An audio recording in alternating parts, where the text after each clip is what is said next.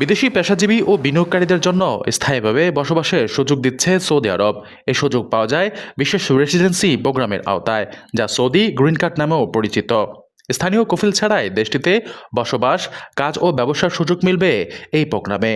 পরিবারের সবাইকে সাথে নেওয়া, সম্পত্তি কেনা, অবাধে যাতায়াত এবং স্ত্রী সন্তানকে স্পন্সর করা সুবিধাও থাকছে এতে। প্রোগ্রামের আওতায় 2 ধরনের রেসিডেন্সি দেওয়া হচ্ছে।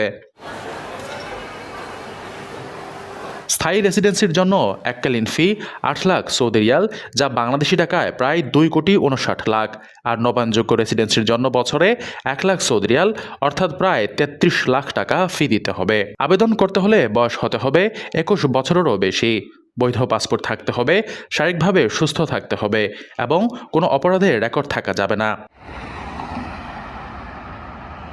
আবেদন প্রক্রিয়াও অনলাইনে। অফিসিয়াল ওয়েবসাইট থেকে ফর্ম পূরণ, প্রয়োজনীয় কাগজপত্র